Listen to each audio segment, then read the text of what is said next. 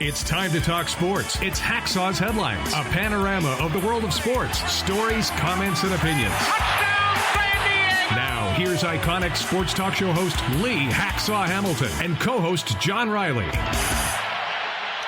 It's a Thursday up and down the West Coast. Who wants to talk sports? We do. Good afternoon, everyone. This is Lee Hacksaw Hamilton. Along with my co-host, the venerable John Riley, we welcome you to our Dixie Line Lumber and Home Center studios in San Diego. And for the next hour or so, we are going a lot of different directions. John, good afternoon. Big weekend baseball. Lots to talk about college football. We got news and notes. We will jump around the checkerboard. Awful lot to talk about. How are you? I'm doing great. I'm there's so many big trades in the last few days, so I'm excited to kind of get caught up on all the MLB news. Our Hacksaw's Headlines podcast, which comes to you on Thursdays and the bonus podcast on Monday, brought to you by Dixie Line Lumber and Home Centers. Fix it, build it, and enjoy it. John, before we get started, explain to everybody on our live stream how the podcast works, what happens at the end of the podcast with what we call Fans Forum, brought to you by Dixie Line, and how we want people to subscribe so they'll know what's going on Monday through Sunday on Hacksaw's Headlines. All right, so yeah, the podcast, it works almost just like the old days with 690. So we go through all of Hacksaw's Headlines, and you can participate. You can essentially call in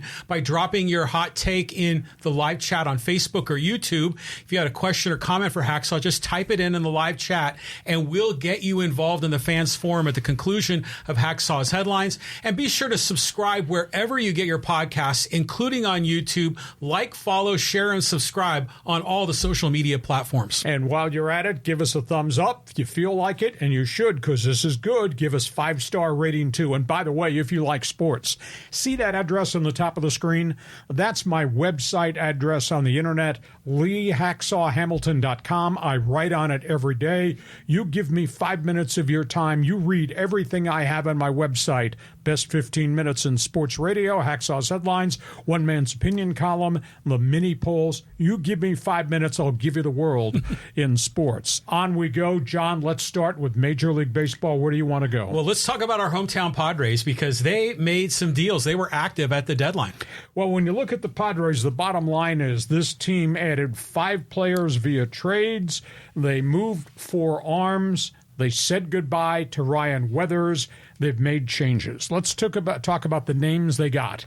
It's a half-year rental. Rich Hill, 19-year career, has been everywhere. I think the Padres are the 13th team that he's worn a jersey for. The guy can still pitch. Now, granted, he's a control artist. He's a junk baller. He's not a power guy, but he's a trusted veteran. His career record is pretty impressive for a guy, quote, hanging on, 89 and 69 in his career. 7 and 10 this season, 4.76 ERA for a Pirates team that gave him no support at all. He comes in maybe as a reliable 4th or 5th starter.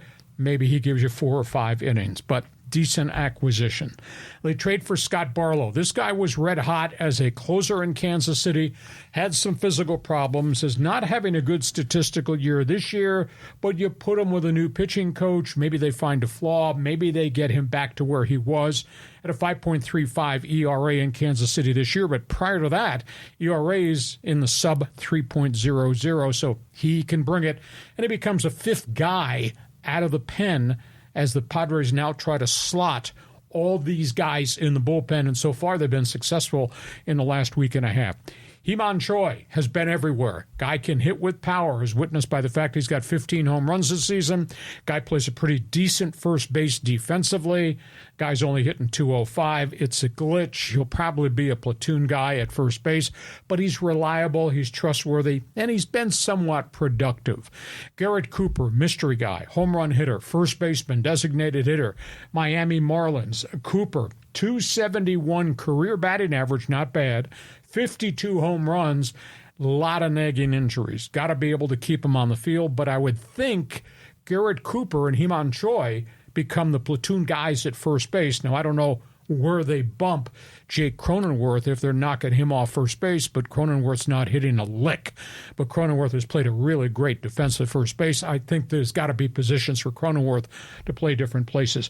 And then a young guy they got is an interesting guy. His name is Sean Reynolds. He was in the Kansas City farm system. He's 6'8". He's a converted outfielder. Now, I guess there's two ways that I look at Sean Reynolds. 2.36 ERA in AAA. He's pitching for Kansas City. Kansas City's got no pitching. Why is he not up at the major league level, or is he not ready to be at the major league level? Got a 3.50 ERA over the last year and a half, AA into AAA, as they converted him from the outfield to the mound. Maybe that's a guy we're going to see before the end of the season. Maybe that's a guy for 2024. So at the end of the day, they gave up a bunch of pitchers, and they gave up on Ryan Weathers, or maybe Ryan Weathers gave up on them, but they kind of just hit the end of the road. But again, to get guys like Garrett Cooper, who's got some proven ability out of Miami, you got to give a guy, and they gave up Ryan Weathers. They kept the crown jewels, the bottom of the farm system at Class A, at Class AA, really good group of players. They didn't trade any of those guys. So I'm pleased. I think they filled in some holes. These guys have got to produce, whether it's a role-playing fourth starter like Rich Hill, whether it's a setup man, whether it's the platoon at first base. Ask if I give them a letter grade. I give them a letter grade of B for what they did to the trade deadline, but the team has got a letter grade of C because they still got to prove what they can do over the final 50-plus games of the season. John, that's my opinion. I'm sure you got some opinions too. I like what A.J. Preller did here. I mean, he wasn't panicking. He, filled in some holes. He didn't trade away like you say, the crown jewels. It is interesting. You're saying maybe Choi and Garrett Cooper at first base. I wonder if they're going to now not have a permanent DH. Maybe that DH is going to be on a rotating basis because they've been doing that a lot lately. And they've been doing it with the catchers somewhat successfully. Yeah. I mean, both those guys are mashing. Sanchez had 2 home runs last night. So these deals are good. And then, the kid Reynolds, I saw a video clip of him in AAA just blowing people away. So, that might be a bit of a lotto ticket for Preller. Down road. Not this year, but, the new guy that comes over from Kansas City, guy kind of looks like Josh Hader or Mike Clevenger. Got another long flowing hair guy out there, but he looked good yesterday too. So, Tim Hill's been a little shaky. Luis Garcia is a disaster. So you got some new pitchers to slot in. I think this is a good setup for the Padres. Well, they bought insurance policy guys, and they bought some guys with some proven ability. So we'll see where this goes. They didn't stand pat. All right, let's go from the Padres to the team that kind of did stand pat and has taken a lot of heat. Yeah, I mean, we thought that they were going to be getting Verlander, and that didn't go that way. All right, let's talk Dodger baseball. Let's talk Andrew Friedman. They were in on Justin Verlander right at the end. They were in on Eduardo Rodriguez of the Detroit Tigers right at the end. They were in on the St. Louis Cardinal pitcher Jack Flaherty right at the end. It did not work out.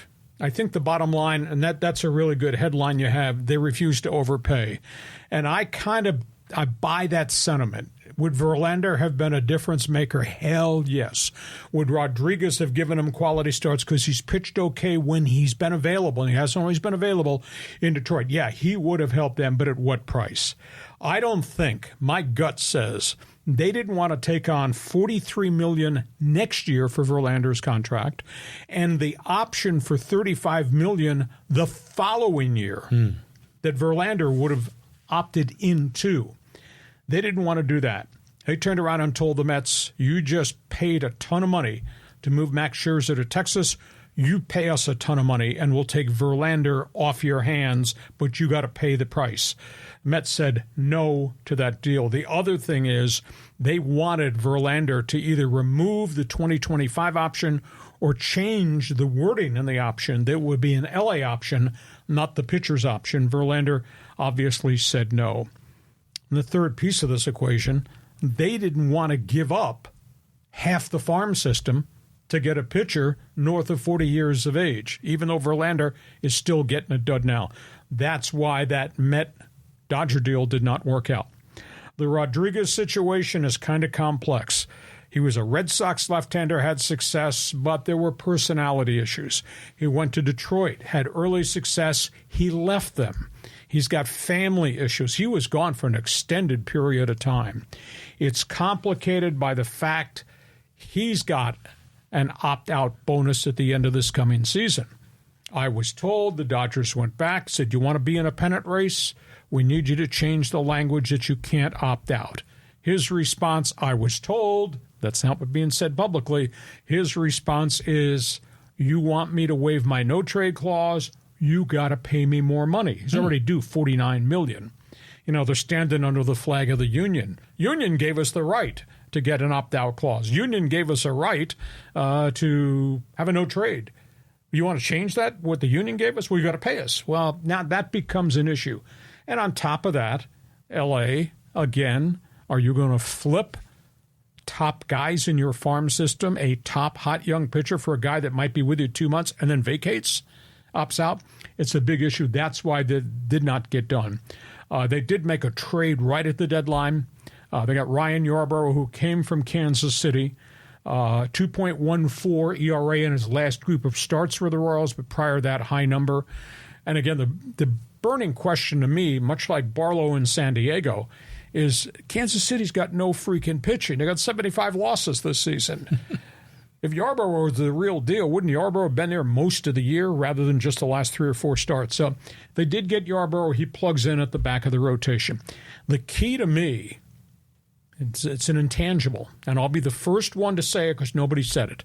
If they had done Verlander, if they gotten the changes made and they took on all that money, or if they had done Rodriguez and gotten the language changed and took on all that money, and they'd be vaulting into that next payroll tax area, they might not have money to be able to go get Ohtani. And I think that's an intangible reason as to why they didn't do something August 1st, because on November 1st, they want to be able to be a player for Shohei Ohtani. The other thing is they kept the jewels. They kept Bobby Miller. They kept Emmett Sheehan. They kept Grove, who's really struggled. They kept Pepio, who's been hurt most of the year. They kept Stone. So they kept their top 5 young pitchers rather than move them for a short rental. They saved money so they could be a player with Ohtani. I know there's a lot of heat that Andrew Friedman has taken right now, but I think you have to view just not Verlander or Rodriguez. You have to view big picture and Showtime coming back, baseball version with Ohtani, and them to be a player there. Your response? Yeah, it's all a business, right? Everything's a business. For the player, it's a business. For the general manager and owner, it's a business.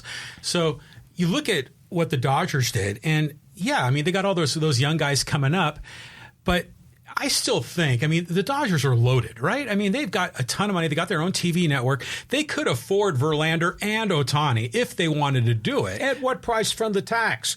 Listen, you're the one that bitched at me about April 15th and the amount of tax you had to pay. Yeah. Well, what about the Dodgers? You take all these contracts on, you push yourself into a different galaxy in terms of luxury tax on top of salary.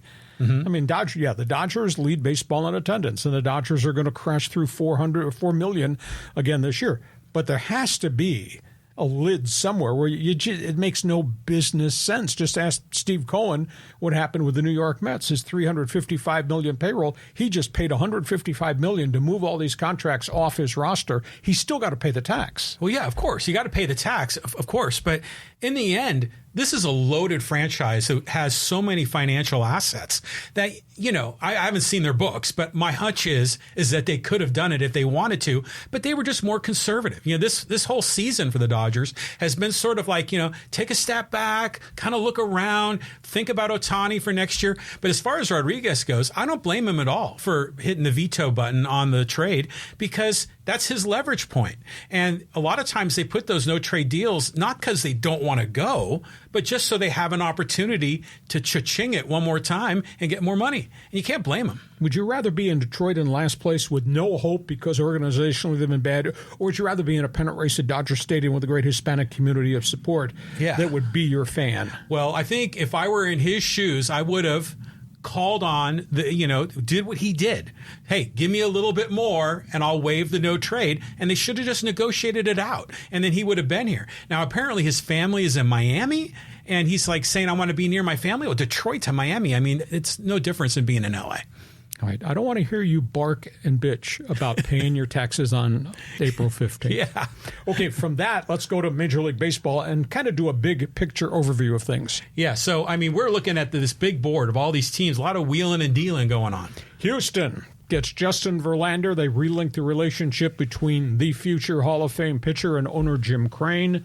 They got the Mets to pay $55 million of Verlander's contract. That goes to Houston in addition to Verlander. So Verlander is locked into the Astros. They desperately need him. They're hanging on, fighting Texas for first place. Half their pitching staff is on the injured list right now. This is a great acquisition, and there's past track record history. They like him in Houston. He's pitched well in Houston. The owner believes in him. So that's probably a win-win deal. And, of course, to get him, they had to give up two of their top outfield prospects. They go to New York, and obviously New York is now in kind of rebuild mode. But New York stockpiled. I think the last I counted, New York has picked up 13 young players in all these transactions as they kind of rid themselves of the roster. So Houston gets Verlander. They had to because Texas had gotten Scherzer just prior to that. And the Mets paid $35 million of Scherzer's contract to Texas to make that deal go through. So think about that. The Mets paid $55 to Houston, $35 to the Texas Rangers. In addition, lost in the conversation, Texas traded for left-handed pitcher Jordan Montgomery. And that guy is a strike thrower with velocity who came from the St. Louis Cardinals. And they had a black hole behind home plate because of a bad injury to Jonathan Heim. They go get Austin Hedges in his glove. And they don't care if Hedges is hitting 181 or 118, whatever the number is. But I think that's a good acquisition. Baltimore. They shopped and talked to a lot of people. They got a good guy. If they can keep him healthy, Jack Flaherty. He was once one of the real promising prospects with the St. Louis Cardinals. Has fought back from shoulder injuries a couple of times, but the Orioles just kind of need a veteran guy to go with a really young pitching staff. And the most amazing thing to me, Baltimore's in first place, and they're doing it without the ace of their staff, John Means, who had thrown a no-hitter about a year and a half ago, and he had major surgery, and then he had a setback. They've done all this with almost a raw rookie group of starting pitchers and without the ace of the staff, John Means. So they get Flaherty. He'll give them quality starts. Philadelphia needed pitching because they've been nicked up in that department. They get Michael Lorenzen. It's kind of a weird story. He comes from Detroit. He had been in Cincinnati. He's a guy that's bounced all over the place, and then suddenly it's like a light bulb went on, and he's learned how to become a pitcher. He's had a really good statistical season for a bad Detroit Tigers team. And then Tampa Bay, I think, really stole one. And their pitching staff has been shredded by injuries. They got real significant injuries. You know, a couple of weeks ago, as we were going to the All-Star break, we talked about hot young Cy Young Award candidates, and we were talking about Shane McClanahan, the left-hander, who was at that point was 10-1, a microscopic ERA. He's had a back injury. Now he's got a forearm injury. So I don't know if he's blown his elbow out. He may not be back for a long chunk of what's left of the season, or maybe even of the postseason. So Tampa Bay goes into the market and gets Adam Savale, who last I checked had a 2.34 ERA for Cleveland. Obviously they traded minor league prospects to make that deal happen. They traded maybe Cleveland gets the first baseman of the future in that transaction. But those are the ones that I thought really, really did well. Bad ones, I don't know what's going on at Yankee Stadium. Now, granted, they've been ravaged by injuries, and they get so many critical people hurt, but they did not make any significant transactions. I would have thought Boston would have done something because they've kind of picked themselves up after a lousy start, and they're in such a tough division chasing down the guys in the American League East. I thought Seattle would do something, and the Mariners, Jerry Dipoto has a history of making transactions. That didn't happen, and I don't know whether Cincinnati panicked, whether they blinked, or whether they just weren't willing to give up the price tag. The Reds desperately need some veteran front-end starting pitching to go with all their kids and all those kids in the everyday lineup, and they didn't do a thing, which kind of really blew me away. So, Wheelers, dealers, John, your response to what Houston did in response to what Texas did. Yeah, so I think those are the two big deals that went. I mean, those two pitchers, Scherzer and Verlander. The rest of them, they're kind of guys. Some are good, some are journeymen, some fill in some holes. But this wasn't as an electric of a trade deadline day as I had thought, because I think a lot of teams feel like they're still in it. That's why everyone's in buy mode. But darn it, the Astros, and they're cheaters, and they're getting Verlander back. And they get Kate Upton with them, package deal. I mean, Verlander is just the king of the world these days. He's making huge money. You know, he's got a supermodel for a wife, and he's back with the boys in Houston, you know, and he's got that familiarity with Maldonado. So that's a sweet spot for him to land, but I don't want the Astros to be successful. I'll be fascinated to see. Corey Seager is now back, and he was hitting .350 before he went down. He is now back, and we'll see if Texas starts to stroke it, but obviously getting Scherzer helps them a great deal. Hey, our Hacksaw's Headlines podcast is brought to you by Dixieline Lumber and Home Centers. Fix it, build it, and enjoy it. And here's a special message. Get summer projects done. Get savings at Dixieline Lumber and Home Centers. Power tools, paints, doors, windows, decking, outdoor lighting, patio furniture, and a lot more. Check out the great monthly promotions at Dixieline.com. Dixieline, as we say, fix it, build it, enjoy it, as we salute Dixieline. And as we come out of Dixieline at halftime, John, one other baseball note, because this is huge. We're talking about Friday, Saturday, Sunday, Monday, the Dodgers, the Padres. Somebody, I think, is going to be in trouble by the time we get to Monday night. And this is a huge 4-game series. It's a crossroads series, as I view it. We're talking about the Padres clawing their way back into the wild card race. We're talking about the Dodgers trying to gain separation from the rest of the people in the National League West. Let me throw some numbers at you. Nice headline. Is it a rivalry? Ye of no faith whatsoever. In the history of the Dodgers versus the Padres dating to 1969, Dodgers record against San Diego, 514 wins, 416 losses. That's nearly a 100-game difference. Since 2020, the Padres are 20-38 against the Dodgers. In the regular season since 2020, the COVID years when I started counting, the Padres are 17-37 in the regular season against L.A. In the series, they have played 17 series since the COVID year. Padres have won 2 series. The Dodgers have won 14. And there's been 1 series that has been an even-Steven split. And by the way, since you're the wise ass that asked this, the May incident, Clayton Kershaw, the video board, crying, the cartoon and all that. The meme. Since the Padres did that, Padres are 30-46. Brutal. And, you know, and as bad as those numbers are, I'm surprised they're not worse. I mean, it's just been a rough go. Now, the Padres are in a prove-it kind of a 4-game series here. With a loaded roster and a Dodger pitching staff that's kind of got its arm hanging off the side. Yeah, and they're going to pitch Lance Lynn, so we hopefully will get some big meatballs to hit. But, you know, they went and swept the Rangers. They should have swept the Rockies. They're 1-5 of 6. Okay. Now let's prove it. It's going to start tomorrow night. Big boy baseball starting on Friday. All right, so you're listening to us on the live stream. You're watching us on the live stream. If you're a baseball fan on the live stream, we want you to join us Fans Forum. Your response to what the Padres did.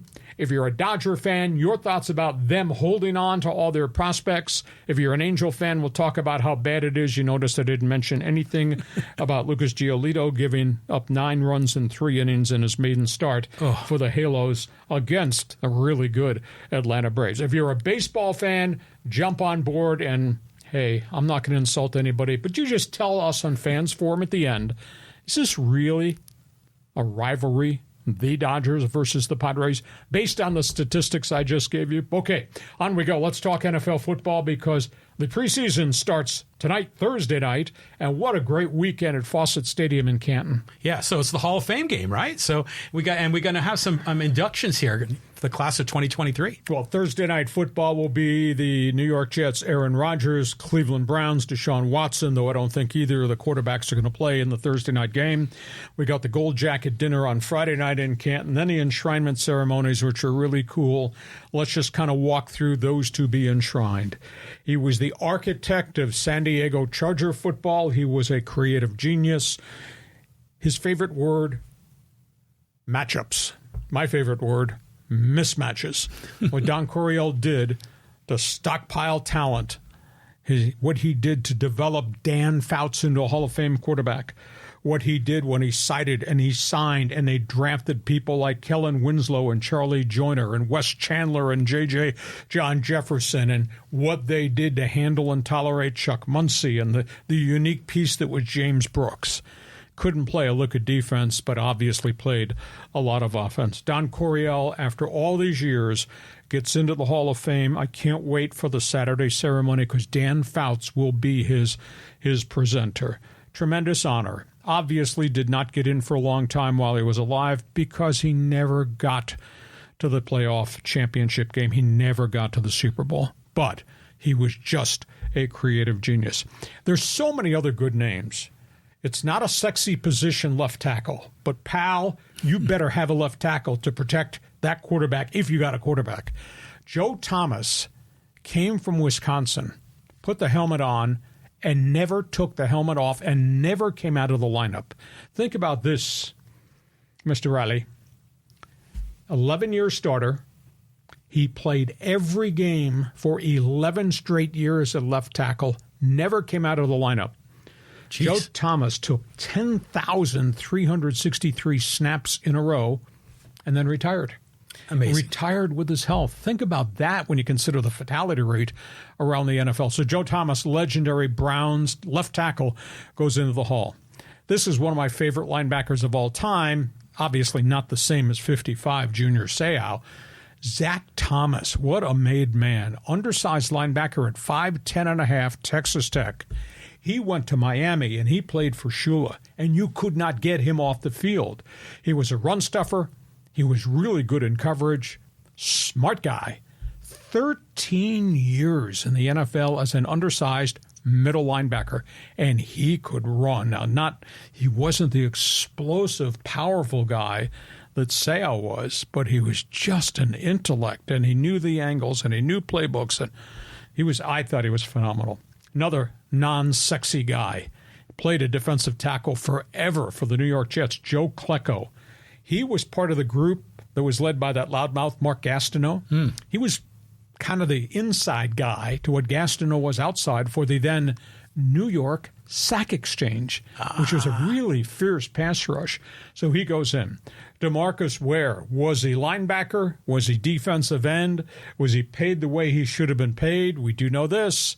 Ex-Dallas Cowboy goes in, 135 career sacks. Really impressive numbers for DeMarcus Ware. Darrelle Revis was really controversial.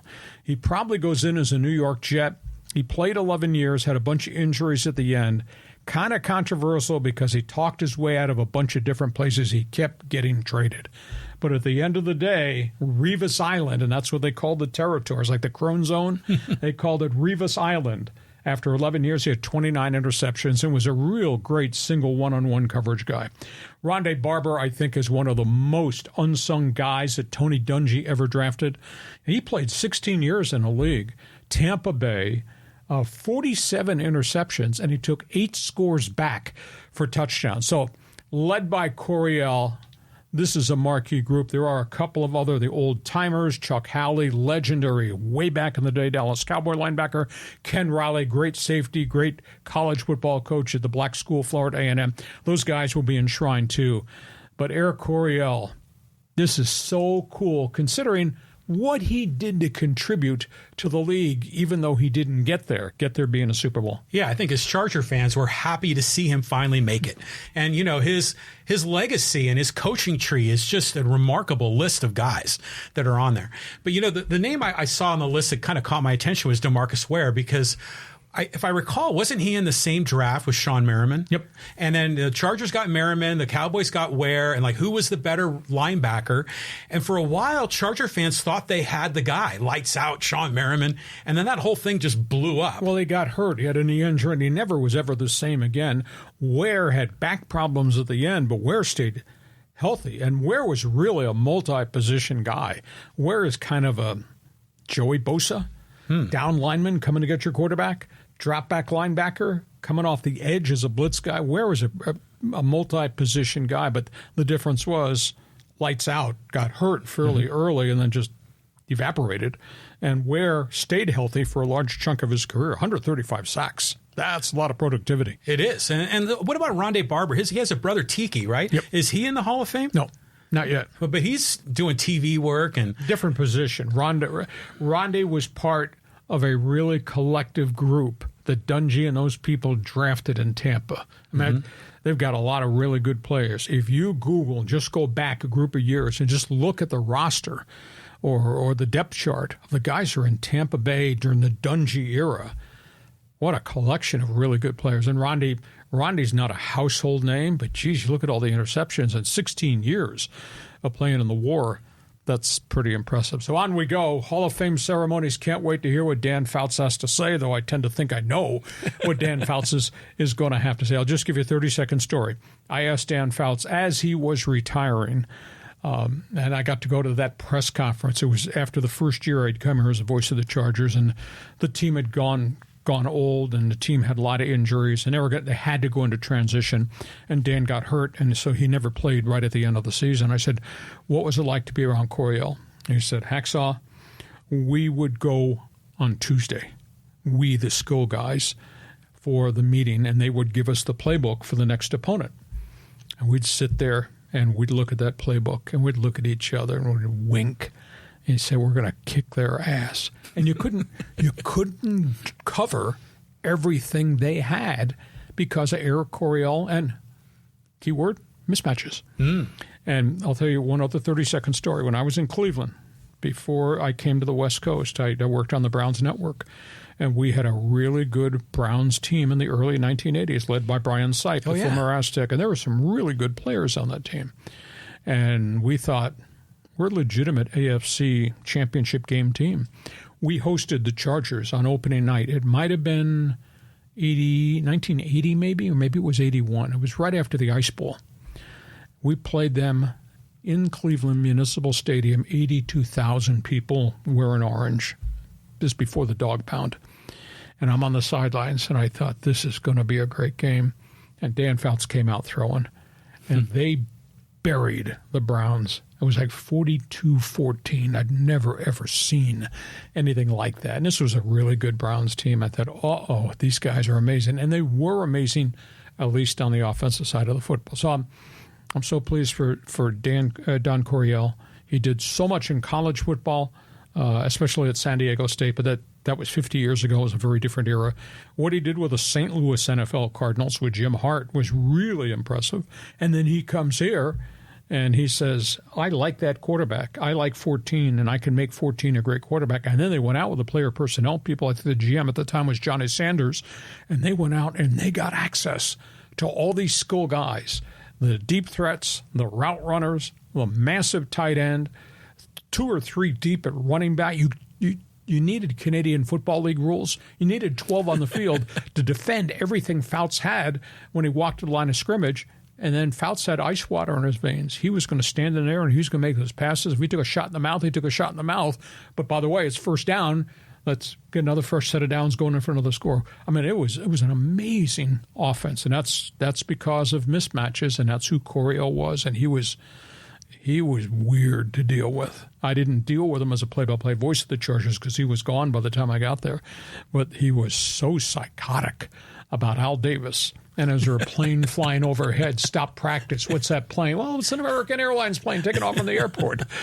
And they had people near the stadium go up on the hillsides and the mountains, make sure there was nobody with binoculars. He just so freaked out about Al Davis. But then they kicked the Raiders' ass along the way. So I'm so pleased for Eric Coryell for what he meant to the National Football League from a creative juice standpoint. Yeah, it's a great moment, for San Diego Charger fans. But let me ask you, Lee, do you think it's fair that they hold guys back, whether they're a player or a coach, from the Hall of Fame and say, well, you never won the big one. You've never won a Super Bowl, a World Series, an NBA championship. I mean, Dan Marino never won a Super Bowl, but everyone thought for sure he was a Hall of Famer. It seems like it's a double standard. Well, I think you have to base it a little bit on statistics. Obviously, you base it on the finish line. Did they get there? Did they get it accomplished? But there's also the creative aspect of who they were and what they accomplished. I mean, Dan Marino changed the NFL with a quick passing attack and the Marx Brothers at wide receiver.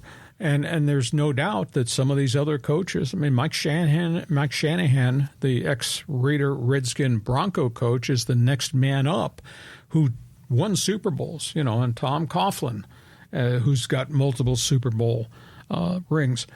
And Marty Schottenheimer.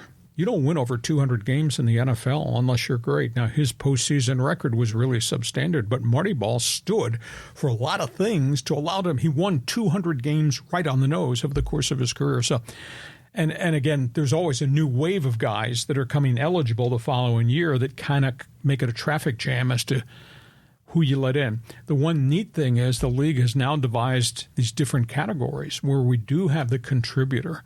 And CORYELL, I think, is getting in for what he did with X's and O's and what he did with mismatches, and that's why he's in. He's not getting in for his NFL record of 124 wins or the fact he had no Super Bowl appearances as a contributor. He did an awful lot. So that's where we are. Huge, huge weekend in the NFL. Now, we got college football to talk about, too. Yeah, so the Pac-12 deal seems like every day there's some new piece of information. Yeah, this is the latest. There's a whole bunch of things that have happened in the last 12 hours. I'll just try to run through it. Apple TV has evidently made a significant bid at the last minutes of the Pac-12 to come in to be their primary streamer. The problem is it's based on subscriptions. The second problem is they're evidently only offering about $25 million per school, but there's bonus clauses that would be there. If the subscription rates rocket, the Apple TV money would move off $25 million and would increase as we go. Now the question is a Pac-12 going to give the bulk of the marquee games to Apple TV, or is the Pac-12, which suddenly was contacted by TNT and TBS, going to take part of that and give that to them? Where does this whole thing with Comcast fit in? Where does this thing with CW, which is still out there? Is Disney still a player? So a lot of moving parts at this point, but that's the latest. Apple TV has shown up with a very creatively financed deal. It's not going to be equal to the $50 million that the Big Ten is getting. It's surely not what the SEC is distributing or the $37 million right now that the Big 12 is offering. That's one storyline. The second storyline is not good. Yahoo Sports reported overnight that the commissioner of the Big Ten has made secret contacts to put together a 4-team package if the Pac-12 dissolves. The Big Ten is now willing to go to 20 teams. They would take Oregon, they would take Washington, the standard bearers, they would take Cal and Stanford because of their academic heritage. That's out there. Another piece of the equation, I was told Oregon does not want to make any decision that would kill the conference.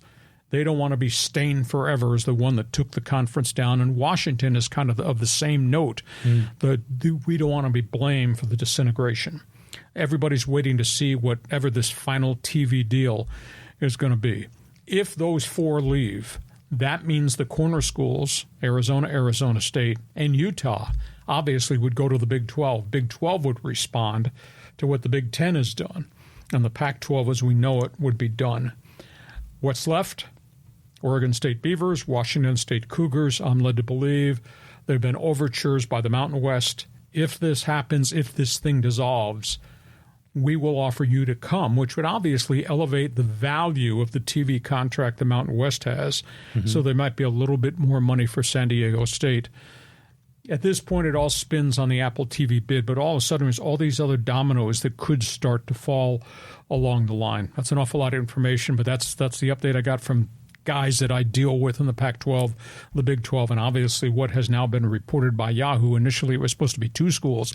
All of a sudden, it's like a 4-pack. Yeah, so I've heard those rumors about Oregon and Washington, but not Cal and Stanford. So that's news to me. It's just everything is just so chaotic right now with the TV deals and the conference realignment and the mergers and everything else. But it is cool to see Apple. They did that deal with Messi. They're getting creative. They're trying new things. So this whole streaming world is just changing the landscape of how these programs are broadcasted. So I think there's a little bit of, we're just trying to feel it out, and these guys are committing to long-term deals, and it's hard to predict what the revenue models are going to be in the streaming world. But the world, I guess the question I'll pose, because you subscribe to stuff, I subscribe to stuff, but you can't subscribe to everything. The question I have is, can you live in a world where all your marquee games are strictly on streaming subscription on Apple TV, or do you need a component? Because you and I will be able to punch up Big 12 games, and Big 10 games will be on my TV on Saturday afternoon. Do you need a, what do they call it, linear TV partner? Now, does the Pac-12 come back and tell Apple, we like your ideas of the bid, we'll give you a marquee Friday night college game? And that Friday night game could be Oregon, Washington, it could be anybody. We'll make sure with the scheduling package at Apple TV on a Friday night package gets a marquee game, because that's an open window that nobody has filled right now. But you know, do you want to ignore linear TV? You know, you got Oregon, you got Washington, you got the Beavers, you got the Cougars. But everyone's cutting the cord now, you know. So I mean, no one has the rabbit ears with the tinfoil anymore, and the cable thing is dissolving rapidly. That's why Bally Sports imploded. So everything is just radically changing here now. For me as a consumer, I'm used to having multiple streaming platforms, and if we can a la carte it, you know, where you just maybe have the Big Ten network or the Pac-12 network, you know, then it might actually be less than a $200 cable bill. So, you know, the world is changing radically, and it's just hard to see how this goes. But we're getting to the point now where we don't need to always depend on Keith Jackson on ABC. You know, it's a different space. But the other conferences will have their games on normal network TV, and the Pac-12 is going to disappear completely and just go on Apple, and you better subscribe, and your wife's going to beef if you say you're going to cancel your cable and that's no Turner Classic Movies or no CNN. She won't be real happy, so you can buy Apple TV. It bears watching. I guess I'll pose on the fans forum, I'll throw this question at the people on the live stream. Oregon, Washington, if you were them, if you were the Ducks, if you were the Huskies, would you leave, and will it lead to the demise of the Pac-12? So we got that. One other college football story. This is really messy, and this is the tip of the iceberg. Yeah, I mean, I saw the headline here. This is not good. Well, we've been talking about the NFL and the suspension of players. And now, the last I counted, I think there are now 8 NFL players that have been suspended for anywhere from 6 games, like Jameson Williams, the number 1 pick of Detroit, to maybe the rest of the career for a couple of others. The investigation has spread. It has now been confirmed Iowa State's quarterback and their star defensive end both bet on Cyclone games over the last couple of years. And we're not talking about an odd $10 bet.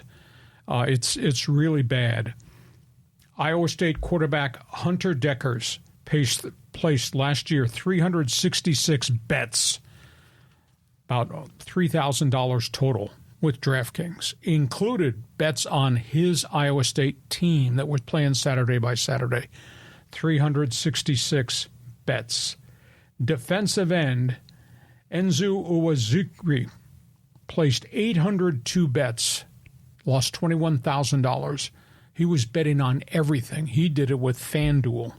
So here we are, college athletics having corporate sponsorship with DraftKings and FanDuel. The NFL had the same thing too. And all of a sudden we find these players are placing, in one case, 802 bets during the football season. That's an addiction. And by the way, that defensive end has been expelled from the NFL because he was betting on NFL teams and betting on his team in games last season in Denver. This is ugly, and this is only the tip of the iceberg because we're led to believe that these guys had pals that played at Iowa with the Hawkeyes. Those guys were betting, and I swear if it's happening in Ames, Iowa, and it's happening in Iowa City, it's happening in a bunch of other places too, regardless of whether these players bet huge amounts of money or small amounts of money, whether they knew the rules and ignored the rules or were just ignorant of the rules. It's tip of the iceberg. To me, it's real bad stuff. Yeah, I mean, they've got to take aggressive action here because you don't want the sport to look like it's rigged. You want the sport to be pure. But it's amazing these college kids get this kind of money. I mean, $21,000. Maybe they're getting a lot of NIL deals on this, but this is really sad. They need to, I think that they need to just jettison these guys and take a very hardcore approach. Well, I think obviously the hammer's going to be dropped. But I think this is the problem. This Iowa State thing has just exploded. And if it's at Iowa State, trust me, it's a lot of other places. But it's a mixed message, isn't it, Lee? Like, they're sponsoring them, and yet at the same time, they don't want them to bet. So they're in a tough spot ethically. Rules are the rules, John. Yeah. Should be some common sense here. Oh, for sure. Exactly. Hey, Hacksaw's headlines are brought to you by Dixie Line Lumber and Home Centers. Fix it, build it, enjoy it. John, before we move on to the other topics on the table, and we're going to bust through some of these other things fairly quickly, just remind everybody about Fans Forum, remind everybody about subscribing to what we're doing. Okay, so yeah, you can get involved in Fans Forum. I see a lot of guys here. Some of the regulars, Angel, Emmanuel, Manny, Kenny, Mike, Chris, bunch of guys here loading up. So there's Tracy and Brett and Greg and John. So if you got questions or comments for Hacksaw, get them in right now in the live chat on Facebook or YouTube. We'll try to squeeze you all in. And be sure to subscribe wherever you get your podcasts, including on YouTube. And again, reminder, check my website, LeeHacksawHamilton.com. It's on the internet. It's free. I write on it every day of the week.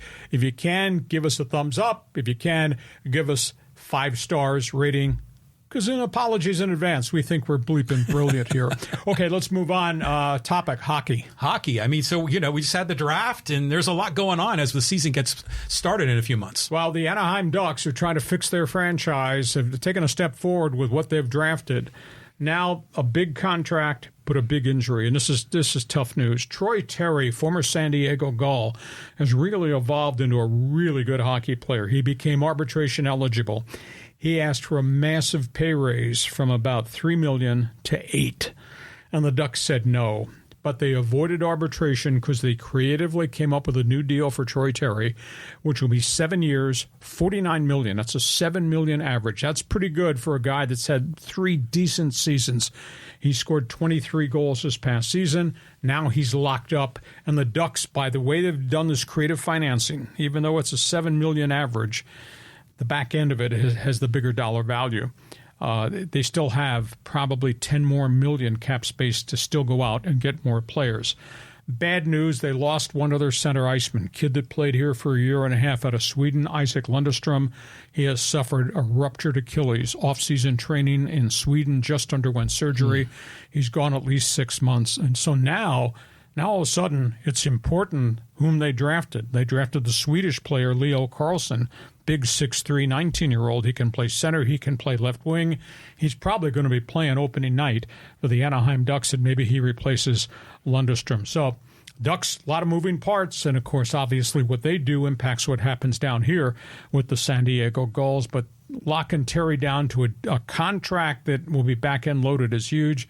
Terrible loss of the Swedish center iceman who'd been there 2+ years in Anaheim, but now the drafting the kid Leo Carlsson is huge. Yeah, so when does the NHL season start? It's like in early October, right? Yeah, and everybody goes to training camp in September. There will be rookie tournaments.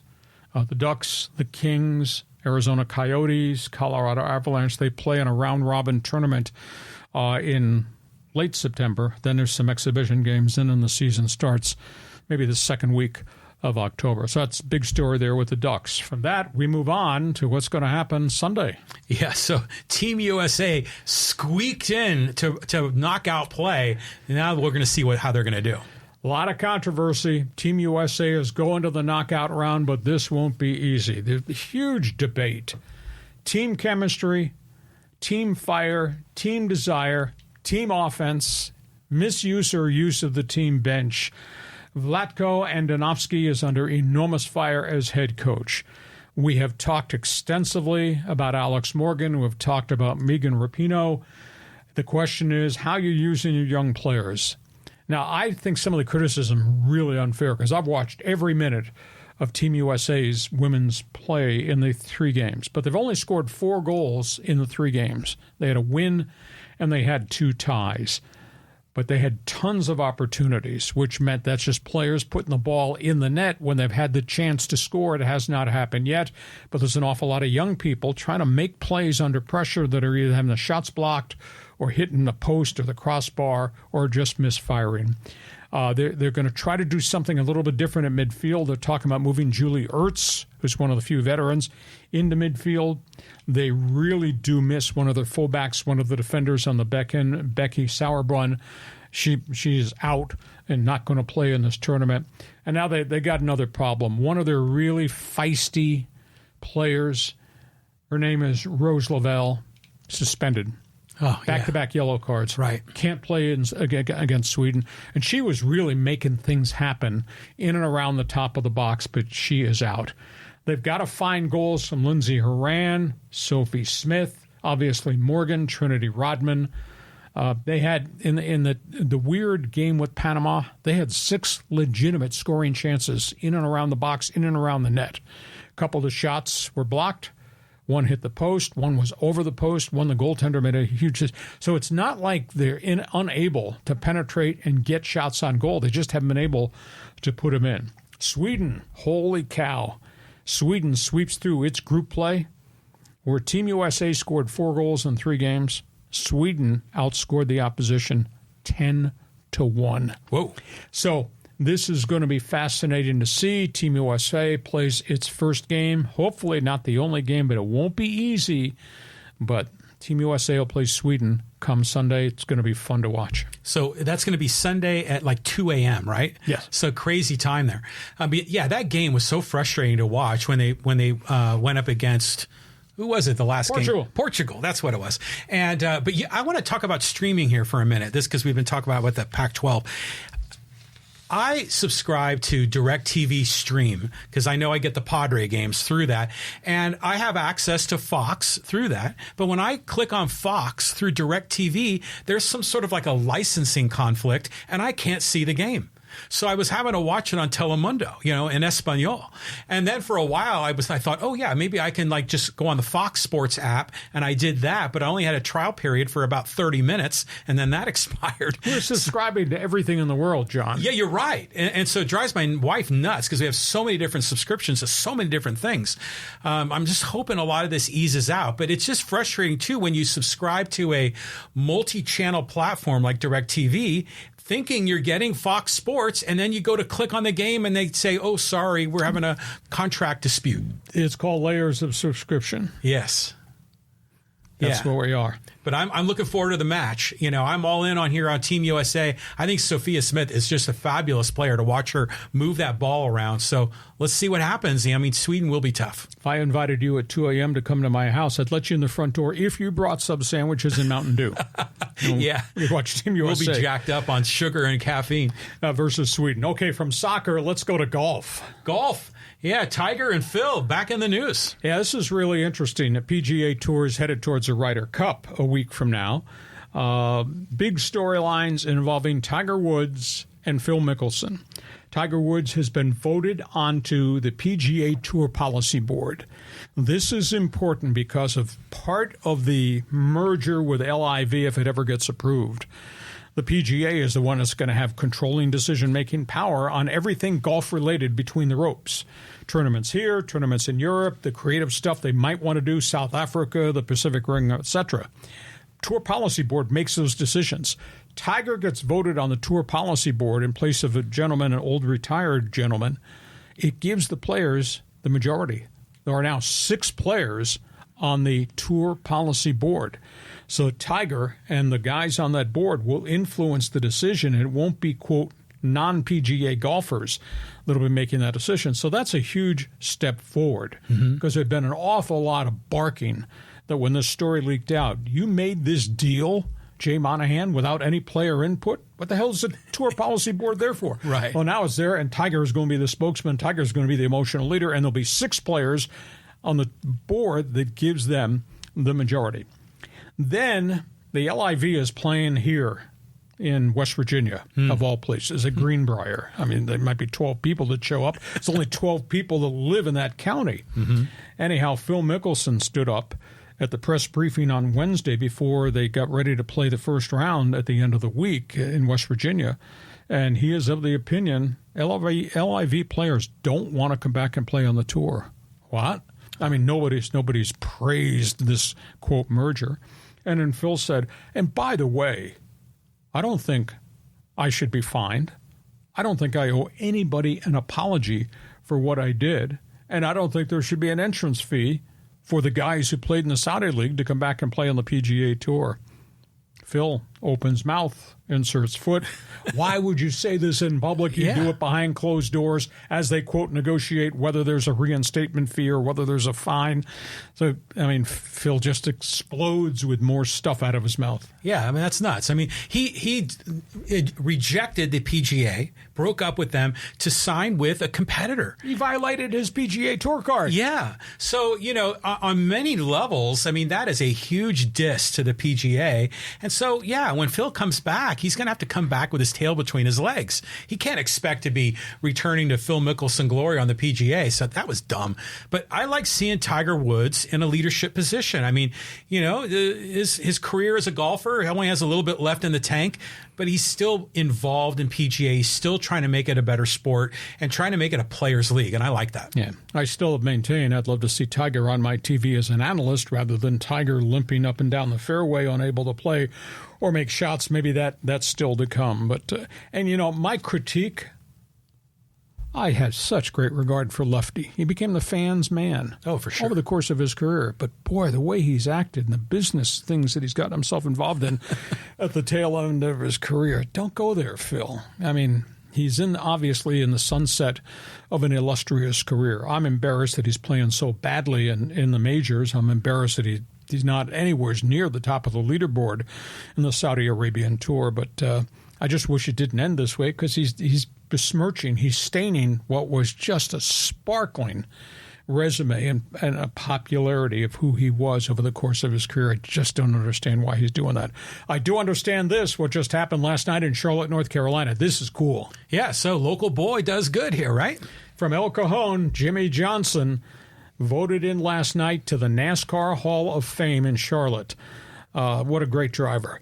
Now, granted, he's gone through some kind of unique situations at the end of his career. He won 7 points championships. He's won 84 races. Name a big race: Daytona, Talladega, Brickyard. Guys won at every location in NASCAR. Now, he ventured off in IndyCar, which was a really tough learning curve, but he got it dialed in his second year running for Chip Ganassi, and he actually led the Indy 500 that second year that he drove. But there was a comfort zone. He didn't like it. The demands on his time, the learning curve, especially on road courses, was really hard. And I'm not going to say it was too fast for him, but if you sit in a cockpit of an Indy car, that's a real different feel in terms of protection, even though you're protected in that cockpit, than when you're in a 3,500-pound NASCAR. Oh, yeah. So he came out of IndyCar after 2 years and I thought had made great strides on the super speedway, was struggling with roads, came back and went back into NASCAR under the Richard Petty banner with his Legacy Motorsport team. They've struggled, but all new teams struggle along the way. But how cool is this? Jimmy Johnson, Donnie Allison, and Chad Knaus, who is Jimmy Johnson's legendary crew chief forever and ever, all named on Wednesday night to the NASCAR Hall of Fame, and he's still got time to give. And I like Jimmy Johnson because he's been a great driver. He's been a great spokesman for the sport. He's done so much charity, whether it's in the East County in El Cajon, whether it's in North Carolina. He's done so much with the Jimmy Johnson Foundation. But cool. How cool is that? JJ is going to the Hall of Fame. Yeah, well-deserved, right? And it's great to see the local kid do well. But, boy, what an emotional year for him. I mean, he had the family tragedy. Now he's going into the Hall of Fame. You know, you like to see good guys get in and get the recognition they deserve. And he gave so much to the sport, and he's just been a pioneer of the sports and a marketing whiz for the sport. Jimmy Johnson goes to the Hall of Fame. It's time. Does John have any friends that know what they're talking about? It's time for Fans Forum, brought to you by Dixie Line. John, start, pick. Where do you want to go? We'll try to buzz through as many as we can on our Thursday podcast. Yeah, gentlemen, start your engines. So here's from Angel. He says, Padres are now playing like the Padres that expected to contend for the NL West. I think the Padres still have a shot at a wild card spot. They really do if they can dominate this weekend series. And the Dodgers are coming in here with pitching issues. And the Padres' bats have now been supplemented by the trade deadline acquisitions. Padres have to win. I mean, they're playing a 4-game series. If they can go 2-2 and cut the deficit in the wild card race and kind of cut the deficit from the first-place Dodgers, they've pushed themselves back into it. But if it becomes Dodger baseball dominating the Padres as they have over the last 3 years, Padres' season effectively could be over. I mean, if they lose 3 of the 4, if they get swept, although I don't think that's going to happen, I think the Padres' season effectively would be over because they're running out of games on the schedule. But, Dodgers have got huge pitching issues right now with Kershaw not back, with no Urias. Obviously, the kid, Bobby Miller, who's getting the first start on Friday night, has kind of hit a bit of a wall. All the other young kids are really scuffling. Now there's no Noah Syndergaard. Now, granted, they do get Yarborough back. Padres they need to come out smoking and destroy the Dodger pitching staff and get into the Dodger bullpen early in the first game of the series to change the whole thing. So is it a rivalry? Yeah, emotionally, I guess it's a rivalry. I'll be intrigued to see whether the color of the night at Petco is brown and gold or whether there's a lot of blue in that stadium. So you think they're back in it? I think so. I mean, they're only 1 game under 500. I mean, they haven't been this close to 500 since May.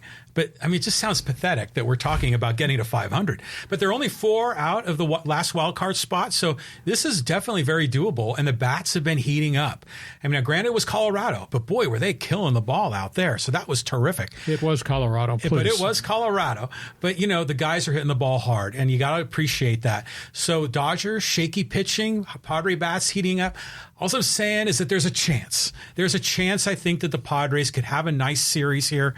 I think they've got to at least split it. They got to be thinking 3 out of 4 and ideally sweep them. I just hate to bring up that stat. Padres' record against the Dodgers, they've won 2 series. They've lost 14 series dating back to 2020. On we go. From that, where do you want to go next? All right. So let's go to a Dodger fan here. This is Emmanuel. He says, I feel like the Dodgers are banking on signing Ohtani. If they don't sign Ohtani, then maybe it's time to move on from Friedman. Well, they've always been bold, but this is the first time they were not bold. But I tend to think the criticism, I mean, people in L.A., the L.A. Times columnists and the fans are just piling on. Look at all the division championships they've won. Look at all the times they've been in the World Series. That's because of the creative genius of Friedman. He did not want to overpay and suck up all the money that he might be able to use November 1st for Showtime Ohtani. Mm-hmm. He did not want to trade away the blue-chip golden arms. Now, granted, they're not all ready to pitch at the major league level, but Bobby Miller's a hell of a talent. I am not giving up Bobby Miller to rent Verlander for a season and a half, and I'm not giving him up for half a season or 2 months for the Detroit pitcher, Rodriguez. So I understand why they did what they did, and they kept money in the bank, so they'll have money to go get Ohtani, although John thinks it's a bottomless pit at Dodger. You don't well, care. they got a lot of money. Not your money. No. So that's where we are. Let's give them credit, but they are dinged up right now. It's not the same team unless they come in hitting home runs, and they have hit a truckload of home runs all season long, despite the fact their pitching staff has really been ragtag of late. Well, the Dodger fans are like the Laker fans. They just expect that they're going to get whoever player they want, because they're the L.A. Dodgers or they're the L.A. Lakers. So that expectation is set. I don't know. I think Freeman's doing the right thing here. Just like Preller. Preller didn't go bananas at the trade deadline either. So I think they're just being savvy and they're thinking short-term and long-term at the same time. That's unbelievable. People on live stream, that's a Padre fan giving a vote of confidence to Dodger leadership. How about that? You just got to respect them. I mean, they're doing the right thing. Hey, scoreboard doesn't lie. Okay, on we go. Pick another topic here. We got another contributor. Okay, this is from Manny. He says, ding dong, the Pac-12 is dead. Long live the Big Ten and the Big 12 and the Mountain West. Obviously, he thinks that Oregon and Washington and probably Cal and Stanford should go. To me, the heritage and the loyalty should have been front and center as it relates to the Pac-12. I'm so bothered I can't see straight about USC and UCLA. It's almost like I hope the Trojans and the Bruins get on the plane, go to the East Coast, and get their ass kicked for what they did to this conference. This conference, John, goes back to 1915. Do you know how many great teams and great players have come out of, quote, the Conference of Champions? Now, Granted, everything today is driven by dollars and TV contracts, and shame on Larry Scott. Shame on the presidents and the CEOs of the conference for hiring Larry Scott as commissioner. God, they've let this thing fall apart under his leadership. And Kliavkoff has walked through the front door at the time where the TV industry is cratering at the same time. Let's see what I would think within a week to 10 days, there's going to be a final proposal made. This is the TV deal. This is the best we can do. And I hope it's not 20 to 25 million if there's only 9 teams left, or whether Oregon and Washington stand pat and say, we'll pick up the flag, follow us, and let's see if we can make this work and get more people back into the equation. But if they take 4, that means the corner schools are going to the Big 12, and that means Oregon State and Washington State probably wind up in the Mountain West. It'd be great for the Mountain West, but they'll still be small potatoes. They'll still be group of 5. Don't confuse whatever the Mountain West winds up being with anything with neon lights wrapped around it. Has Bill Walton ever commented on UCLA leaving the Conference of Champions? I have not heard that. I think indirectly he said he was not happy about the outcome and the way it was handled. Because he's such a homer for the conference. Sure. Conference of Champions. Yeah. I know. It's easy. Social media, just, where's Pac-12? Kick them. Stomp on them. Yeah. Pour gasoline on to throw a match. Yeah. That's unfair. Conference has so much history, such a legacy. I hate to see it and the way it's ended. Okay, we move on. We move on. So here's Chris. He says, Angels, massive mistake not trading Ohtani. They are not going to go anywhere in the playoffs. 6 teams in front of them in the wild card for the Halos to make it, and without Trout till September also. Yeah, they're running uphill. I buy a piece of that, but how could ownership trade that guy? It's like what happened to the Red Sox in 1920 when they gave away for money. They gave Babe Ruth to the New York Yankees. That owner never, ever lived it down. You did hear about the curse of the Red Sox. That sucker went from 1920 till they finally won a ring under Theo Epstein. Mm-hmm. So, my gut feel is Arte Moreno could not own this team, show his face in Orange County if he traded Ohtani. I don't care what the haul of players was. If you're going to condemn anybody, maybe you condemn Moreno for a little bit for what all the mistakes he's made. Maybe you condemn the system, because the system is what will force their hand. But who's to say? I mean, Ohtani sees the addition of 7 players in about a month's span, the rental players, but they're trying to get there. They got a load of young pitching. 2 years ago, they drafted 21 pitchers. Of the 21 draft picks, all of them were pitchers. Now, they've traded some of those pitchers away now. But Ohtani can see that. And maybe Ohtani is cut from a different cloth. Maybe he likes small market. Maybe he likes Southern California.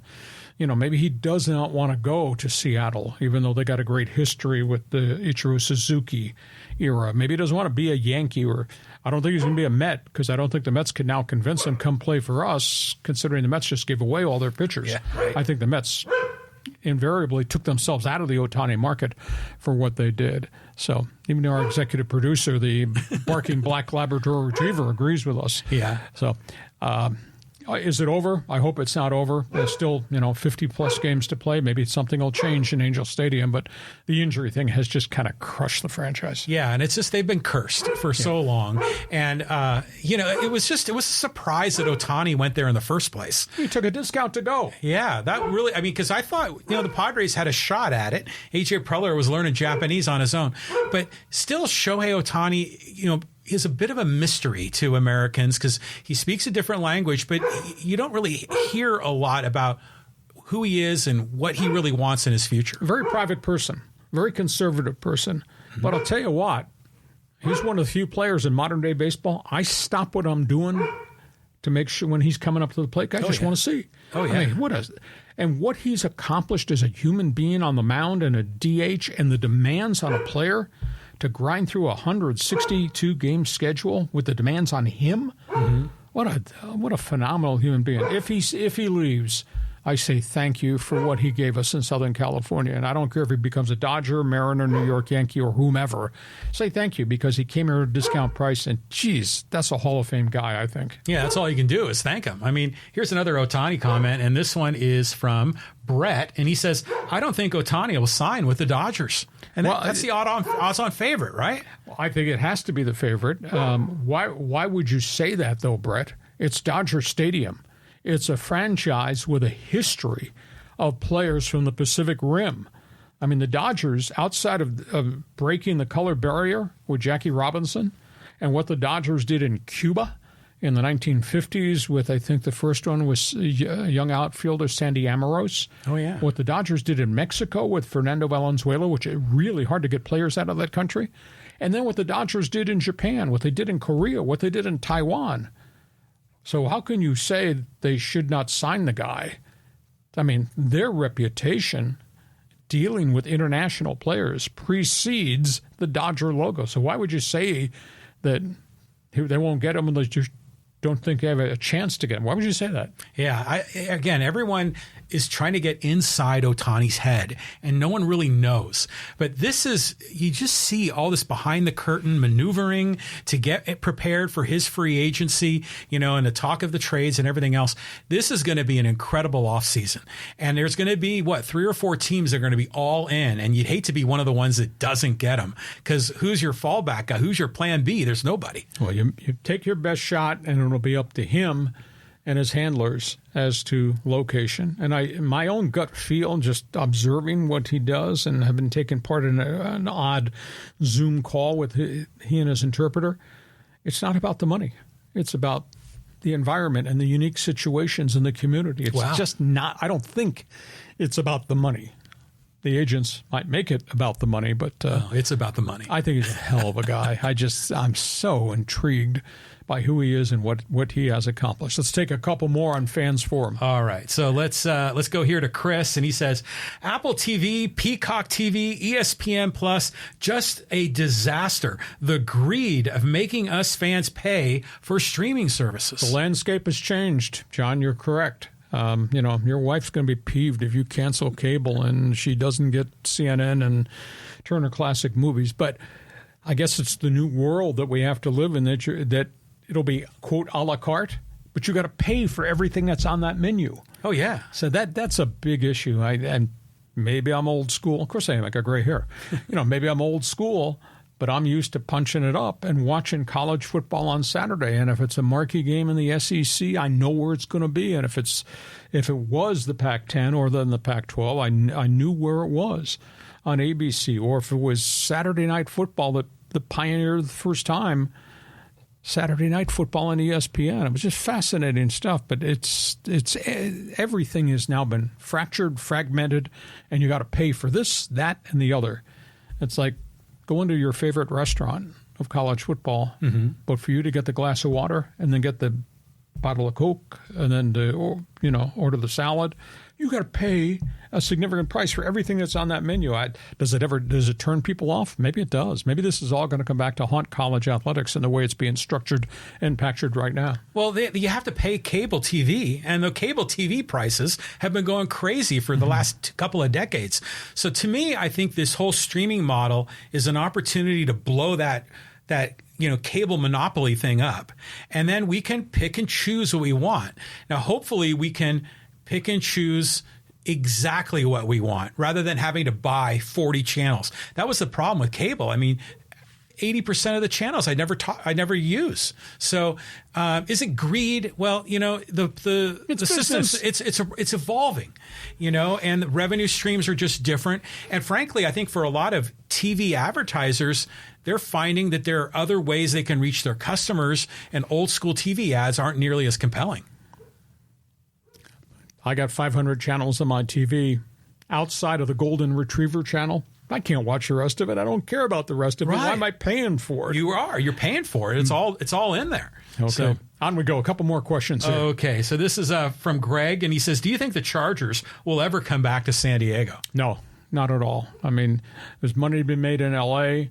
They've kind of got a sweetheart deal. I do think what's going to happen is the Chargers are going to be sold. I think Spanos, because of all the problems he's got with the bank loans that he's had to take to make this move, and the fact that obviously there's an inheritance tax, there's a big issue with the Spanos estate, that what they're going to have to pay based on the value of the franchise with the passing of the senior Spanos. I think we're going to wake up one day and he's going to wind up selling a team, but I don't think it's coming back here because there's no stadium here. And to get a Jeff Bezos or somebody else who still wants into the NFL to come He'd have to pay to build the stadium, which is monstrously high. He'd have to pay whatever the significant fee is to buy the L.A. Chargers and then move them back. I hate it. I hate it that they left. I hated it that he screwed 55 years of fan loyalty here. I just can't forgive the Spanoses, not just for what they did to me and my broadcast team and then my radio station, but what they did to you and what they did to all the fans. Yeah. I mean, 55 years of loyalty. And my argument, and I've said this at speaking engagements, I hope Justin Herbert goes 17-0 because I think he's a really good quarterback. And I hope Dean Spanos goes 0-17. I'm sorry, I need psychoanalytical analysis, but that's what I feel about the Chargers, the quarterback, the players versus the Chargers owner and what he did to our community. Am I right? Am I wrong? I'm sure you'll tell me. It's so tough being a San Diego sports fan. I mean, the Clippers left. If you go way back, the Rockets left. I mean, the Chargers, they're not coming back. The Chargers aren't. But I have hope with this Stan Kroenke thing with the sports arena and maybe an NBA and NHL. You know, there's some possibilities there. You're a fan, fanatical. Okay. A little bit out of the loop, but that's okay. All right, a couple more here. Okay, let's get one here from John. He says, if I were Washington, Oregon, I wouldn't let the door hit me in the ass. Heck, the Big Ten would almost have an entire Pacific Coast division with SC, UCLA, Oregon, Cal, Stanford, and Washington. Well, I concur with you, but I guess the question is if you're the Oregon Ducks or you're the Washington Huskies, you want to walk around the streets with blood on your hands? Because the history will write, you left for a big payday and you destroyed a conference that had been in operation since 1915. Do you want that stapled to your resume? Period, exclamation point. I guess I'm old school. I'm big on loyalty. I'm big on history and legacy, and there's so much there. And, you know, part of me says I understand it becomes big business, and John, you're correct. That'd be kind of a unique Western division if that happened. But at the end of the day, part of me also says I hope USC and UCLA get killed going to the East Coast to play all these games in the upper Midwest. Well, you know, it's funny. If those teams all became the Pacific Division of the Big Ten, then it's like we have the PAC-8 again. You know, it's like going back to what we used to be. And, you know, maybe Utah doesn't come along for the ride, but you know, it just everything is shifting right now. And you're right. People on social media are just kicking the Pac-12. You know, they've been called dead. You know, they figure it's over for these guys. I'm wondering if they're going to surprise us with the TV deal. So the burning question is, what do you tell Oregon State and Washington State who played in this conference since the 1920s? Sucks to be you? Yeah. Tough crap? That's not fair. Mm-hmm. And they've worked really hard. Washington State has really good football teams, and Oregon State has resurrected that football program probably 3 or 4 times. And you're going to say, goodbye, see ya? And then imagine if that happened. So Washington, Oregon, Cal, Stanford, SC, UCLA, all in the Big Ten. Washington State, Oregon State go in the Mountain West. Arizona, the 4 corner schools, Arizona State, Utah go to the Big 12. Where does that leave San Diego State? They're left on an island. They're screwed completely. No, they're in a Mountain West conference that'll probably have a little bit bigger TV contract because you're adding the Beavers and you're adding the Cougars from the Pac-12. But it'll still be a group of 5. Exactly. Good luck to you. Yeah. Hey, listen, we hope you have enjoyed everything we've tried to do today on our Thursday podcast. Brought to you by Dixie Line Lumber and Home Center. Fix it, build it, and enjoy it. Have yourself a great sports weekend. Back in here on Monday for bonus coverage. Reminder, check my website, LeeHacksawHamilton.com. We invite you to share and tell all your friends what we're doing with the podcast, what we're doing with my website. John, Padres Dodgers, have a great sports weekend. We'll see you come Monday. Looking forward to it, Lee. We'll have a lot to talk about on Monday. And thanks for being with us on Hacksaw's Headlines. Join us again for Hacksaw's Headlines on YouTube, Facebook, and Twitter. And find the audio version on your favorite podcast apps. Touchdown, San Diego! For more content, go to LeeHacksawHamilton.com.